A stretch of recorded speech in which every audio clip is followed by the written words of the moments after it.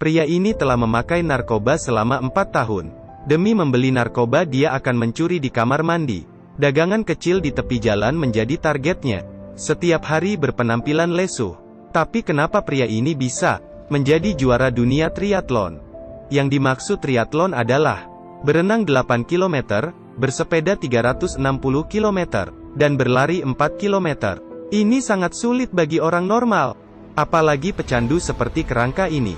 Dan film ini dikutip dari peristiwa nyata, dari juara dunia Gorski. Beberapa tahun yang lalu dia bertemu Alice. Alice adalah anak orang kaya. Dia langsung jatuh cinta dengan Carl. Dia membawa Alice ke klub kecanduan bawah tanah. Tidak lama kemudian Alice juga kecanduan. Perasaan mengambang itu membuat mereka tidak bisa berhenti. Ayah Alice mencarinya di sini, dan langsung memukul Carl. Awas saja jika aku melihatmu bersamanya lagi. Ngerti? Alice baru saja dibawa pulang oleh ayah. Carl langsung membawa temannya berdiri dan menari di atas mobil. Polisi dialihkan dan Alice berhasil keluar.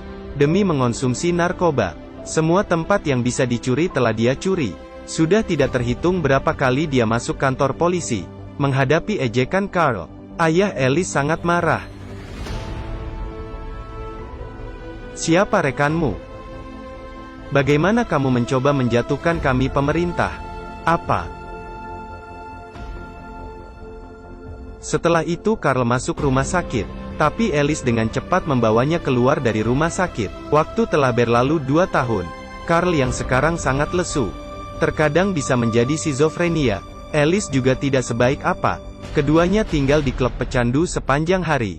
Tidak tahu kematian atau hari esok yang akan datang duluan. Hari ini pacarnya berlari ke tepi jalan dan muntah. Dia mendorong Carl.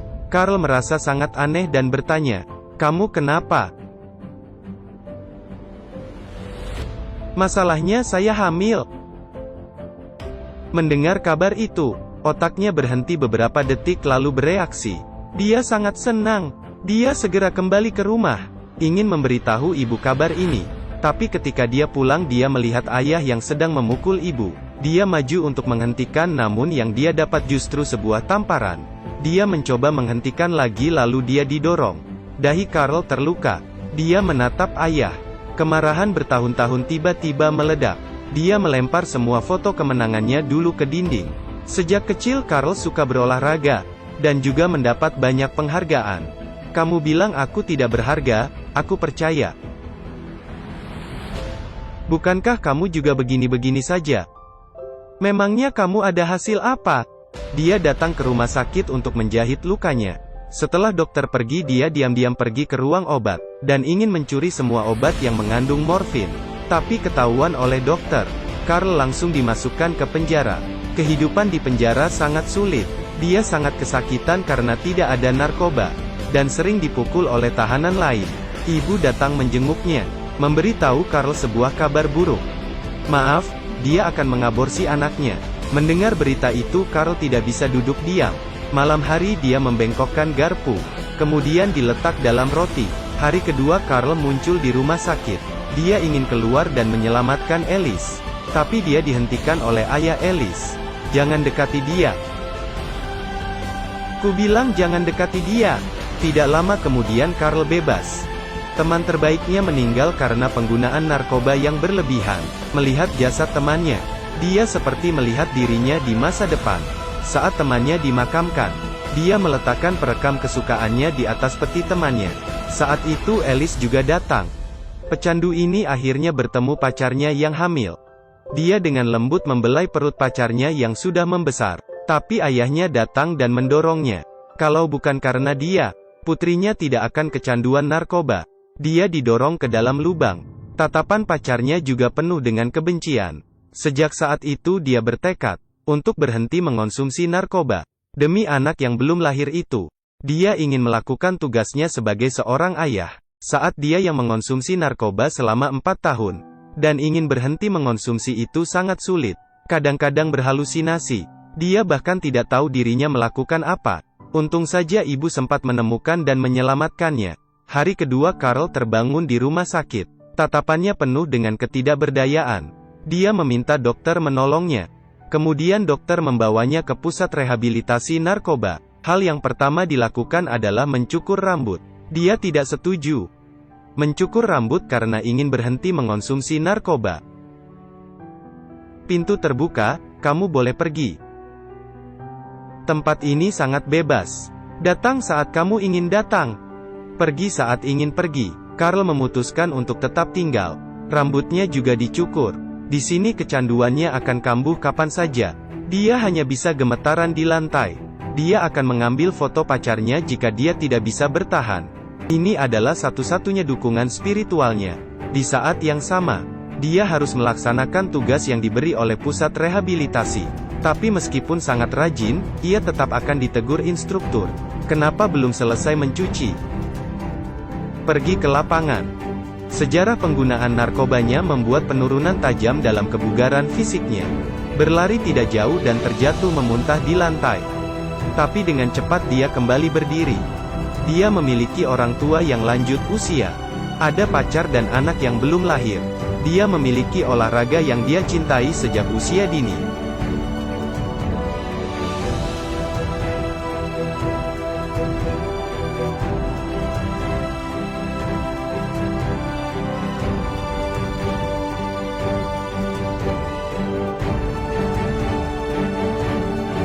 Kemudian dia mulai terbiasa dengan kehidupan seperti ini. Selama perjuangan 1 tahun staminanya perlahan pulih. Saat berlatih dia dengan mudah mengikuti orang lain. Karena penampilan yang bagus, pelatih memperkenalkannya bekerja di tempat renang. Jadi kemudian dia sambil menyelesaikan pekerjaan di rehabilitasi. Di sisi lain setelah pulang kerja, dia akan tinggal di kolam renang dan berlatih. Dengan begitu, beres-beres berlari berenang bersepeda menjadi bagian dari kehidupannya sehari-hari. Perlahan dia mulai memiliki percaya diri terhadap kehidupan. Kecanduannya semakin hari semakin berkurang. Tak lama kemudian dia mengikuti lomba triathlon nasional. Renang 700 meter, lari 5 km, bersepeda 20 km. Meskipun tidak ada seorang pun saat dia tiba di garis final. Tapi dia tetap sangat senang. Keesokan hari terdengar berita buruk. Pacarnya telah sekarat karena narkoba. Melihat pacarnya yang berada di tempat tidur, hatinya merasa sangat bersalah. Dia melakukan perpisahan terakhir dengan pacarnya. Setelah keluar dari kamar dia melihat seorang gadis. Dia ingin menyapa anak itu.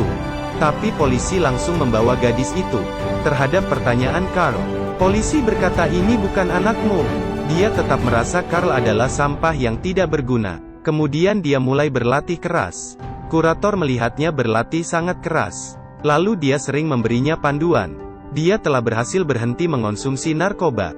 Dan juga mendapat penghargaan. Setiap kali ulang tahun Alice dia akan duduk di depan kuburan Alice. Dia mulai berpartisipasi dalam berbagai lomba. Pialanya semakin banyak. Setelah pengujian, dokter juga berkata ini adalah keajaiban. Tak lama kemudian dia memecahkan rekor triathlon Eropa. Target selanjutnya adalah mengikuti lomba triathlon dunia. Demi lomba dia berlatih siang dan malam. Tapi saat ini kecelakaan terjadi. Pria telah berlatih selama 12 jam. Saat itu tiba-tiba sebuah mobil datang. Dia tidak sempat menghindar dan tertabrak. Setelah diantar ke rumah sakit dia telah luka parah. Suster tidak mengetahui bahwa ia memiliki riwayat penggunaan narkoba. Dan menyuntikkan morfin ke dalam tubuhnya. Pada malam hari kecanduannya kambuh.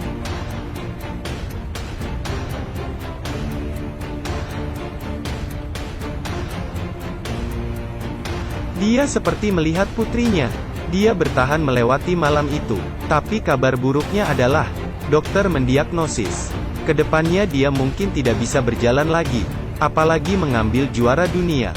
Ayah pacarnya yang dulu sangat menentang dia bertemu putrinya.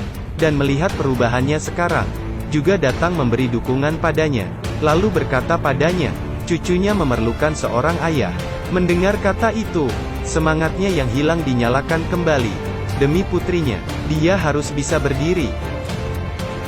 Tidak, tunggu. Aku harus berdiri sendiri.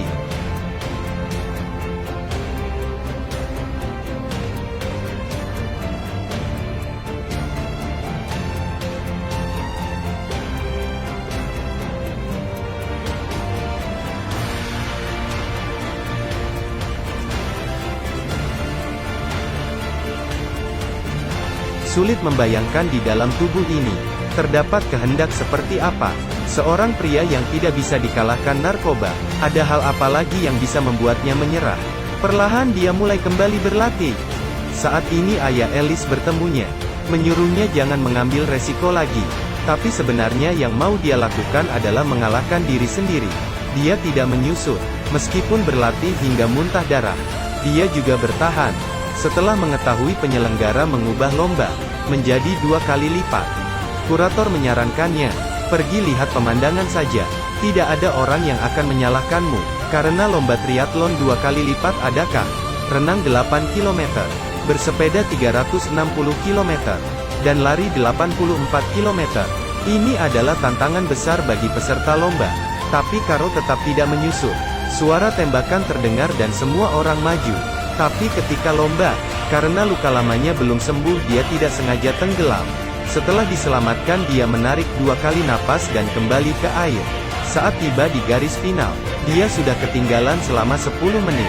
Kemudian dia segera mengikuti lomba kedua. Dia pertengahan jalan dia sangat semangat, melewati satu persatu peserta lomba. Perlombaan lari jarak jauh ketiga. Dia sudah berada di paling depan. Tapi di tengah perjalanan langkahnya tiba-tiba menjadi lambat, kakinya penuh dengan luka. Dia mengambil pisau kecil dan menyobek sepatunya. Karena dengan begitu dia akan merasa lebih baik. Kemudian dia segera berlari ke final. Rasa sakit di tubuhnya tidak sanggup dirasakan orang normal. Tak lama kemudian dia muncul halusinasi.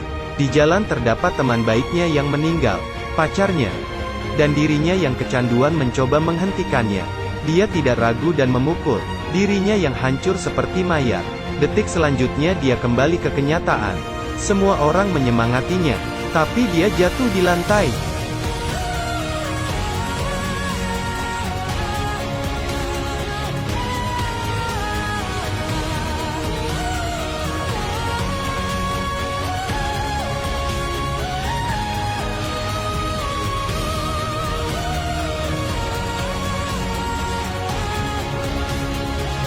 Apakah kamu baik-baik saja? Apa kamu tahu kamu berada di mana? Hei, kamu sudah menang. Kamu adalah juara dunia. Ini adalah sebuah film yang dikutip dari kisah nyata, yang bernama Gorski. Dari seorang pecandu menjadi seorang juara dunia. Kamu tidak akan bisa menebak batas dan ketekunan seseorang. Dia ingin ceritanya bisa memberi semangat pada lebih banyak pecandu, agar mereka keluar dari narkoba. Di sini tetap menasehati kalian semua, jauhi narkoba, cintai hidupmu, jangan lupa like dan follow.